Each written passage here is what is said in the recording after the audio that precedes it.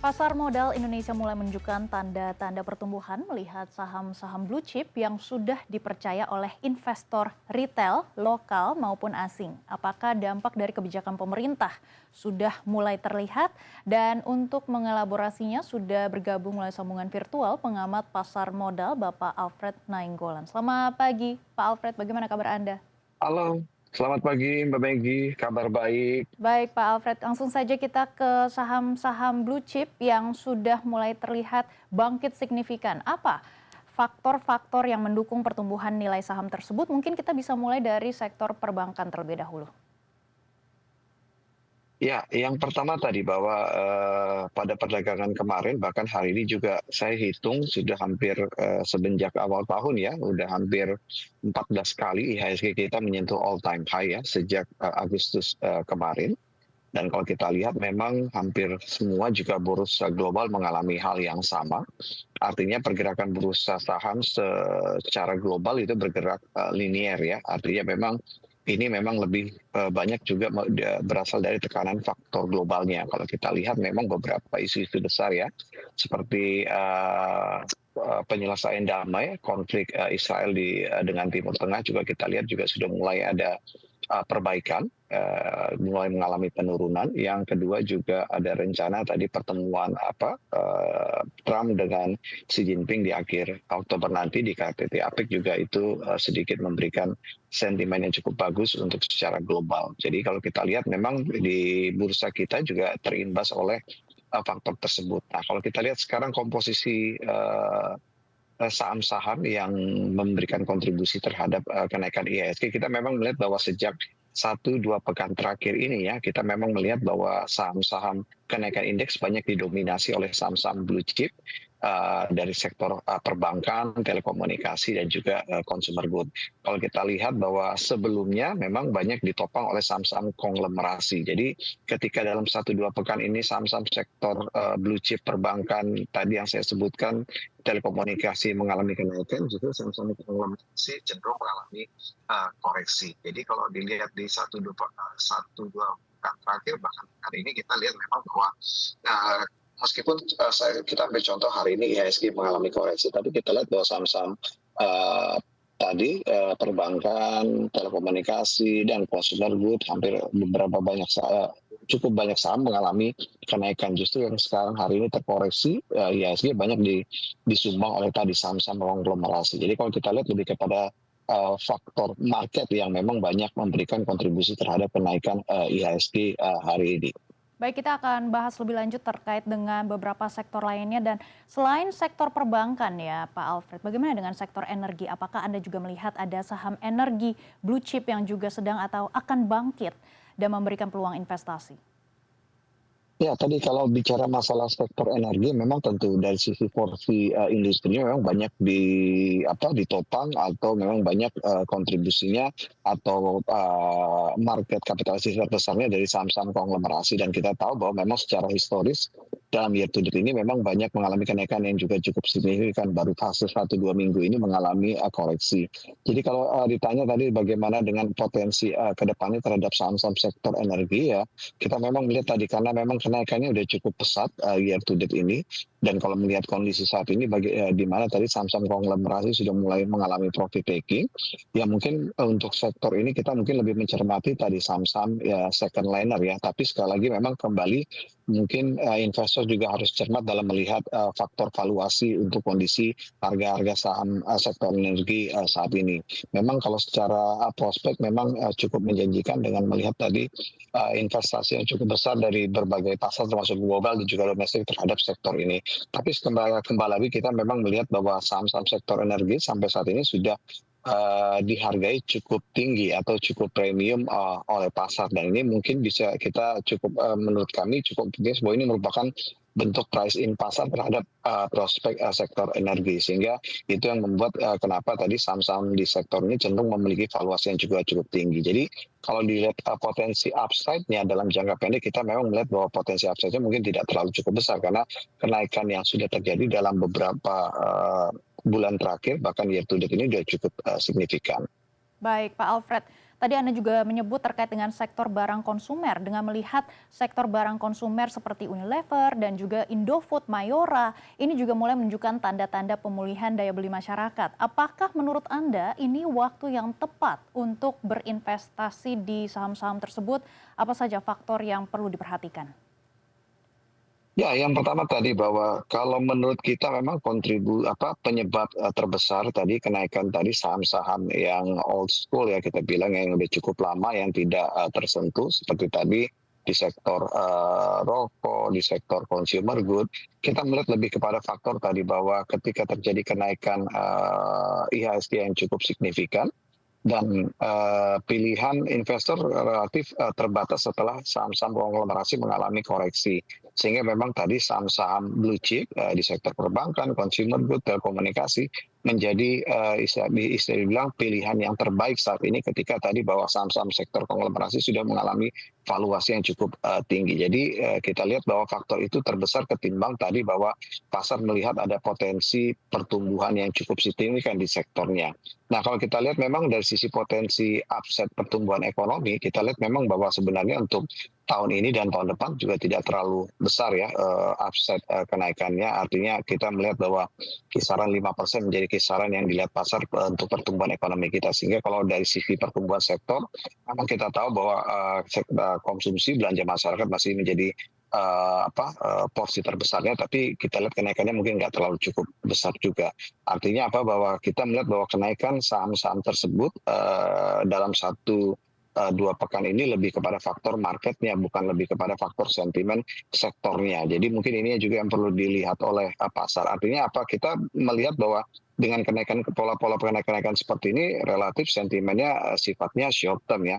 Makanya kita melihat bahwa prediksi kita kemungkinan begitu saham-saham first liner atau blue chip cukup ramai diperdagangkan atau mendapat sentimen positif atau mengalami kenaikan yang cukup bagus, mungkin kita melihat bahwa berikutnya mungkin masuk kepada saham-saham second liner atau third liner. Tapi ini kembali lagi lebih kepada faktor tadi ya, faktor market di mana memang faktor global juga menjadi kontribusi ketika hampir semua indeks global mengalami kenaikan, maka mau tidak mau indeks kita juga mengalami kenaikan.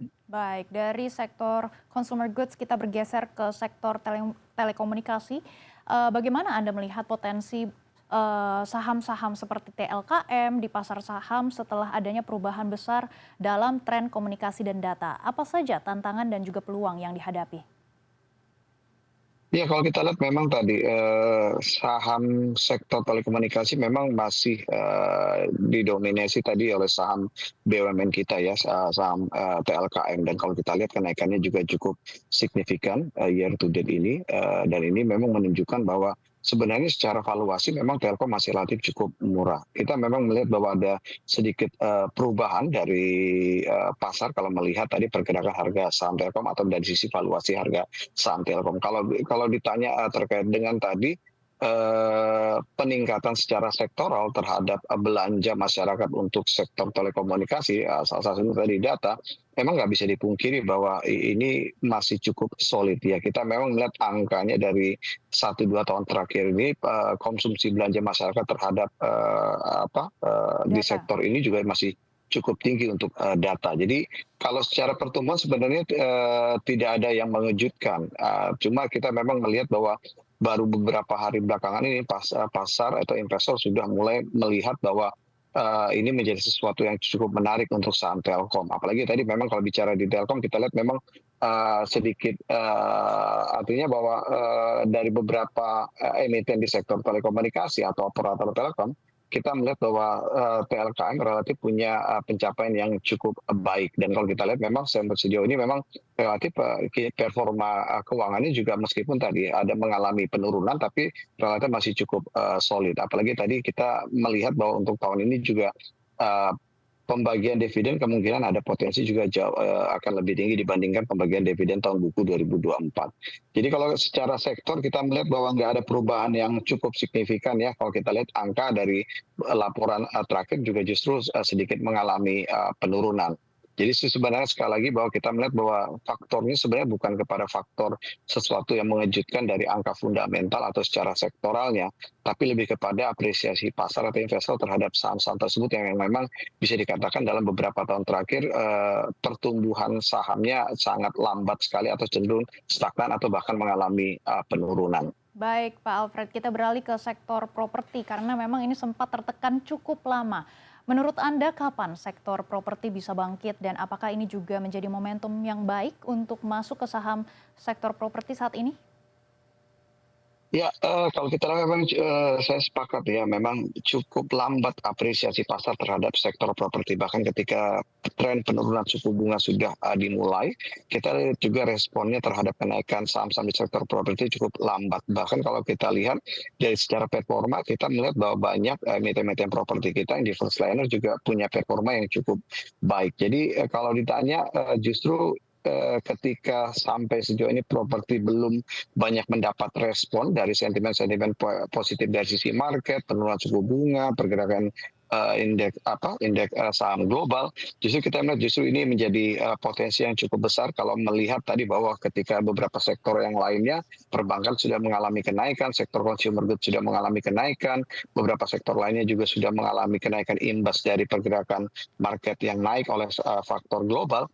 Jadi kita melihat justru potensinya di saham-saham properti harusnya juga akan melakukan penyesuaian dan mungkin ini yang menjadi menurut kita menjadi sebuah peluang, artinya bahwa saham-saham first liner di sektor properti seperti misalnya BSDE, SMRA, LPKR dan beberapa saham-saham lainnya justru punya potensi yang upside-nya jauh lebih tinggi ketimbang sektor-sektor yang lain karena memang sampai sejauh ini seluruh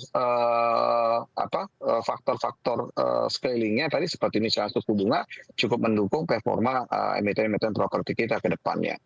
Baik, Pak Alfred.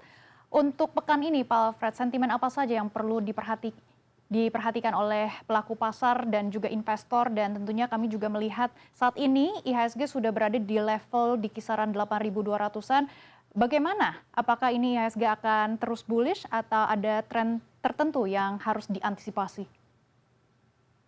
Ya, yang kalau kita lihat bahwa sentimen pekan ini akan banyak mengarah dari global ya, seperti yang disebutkan di awal, bicara masalah rapat The Fed yang memang pasar juga melihat bahwa potensi untuk diturunkan akan semakin besar lagi karena melihat angka inflasi kemarin.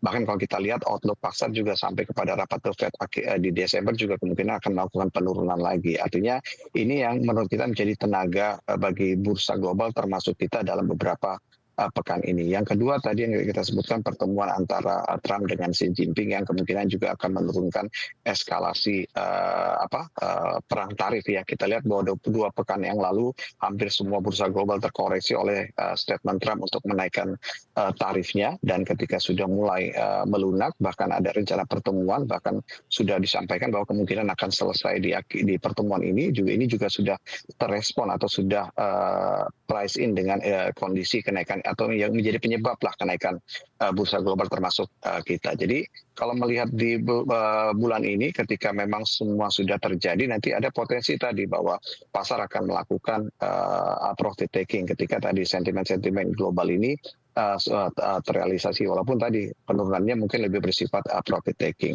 Yang kedua tadi kita lebih melihat bahwa mungkin investor dalam kondisi seperti ini cukup harus tenang karena tadi euforia kenaikan IHSG kita dan juga beberapa bursa global ini juga relatif cukup cepat sehingga hati-hati terhadap potensi profit taking sehingga mungkin bagi pelaku pasar yang trading juga mungkin jangan terlalu istilahnya terlalu euforia terhadap kenaikan yang seperti ini karena tadi kita melihat bahwa ada potensi untuk profit taking. Bahkan pekan ini kita memprediksi kemungkinan pasar akan melakukan profit taking melihat tadi bahwa rilis dari yang ditunggu-tunggu tadi mungkin akan terrealisasi di akhir pekan ini. Baik, kami akan terus memantau pergerakan dan juga kinerja IHSG. Terima kasih Pak Alfred sudah bergabung bersama kami di Market Watch CNN Indonesia Business. Terima kasih Maggie, sama-sama.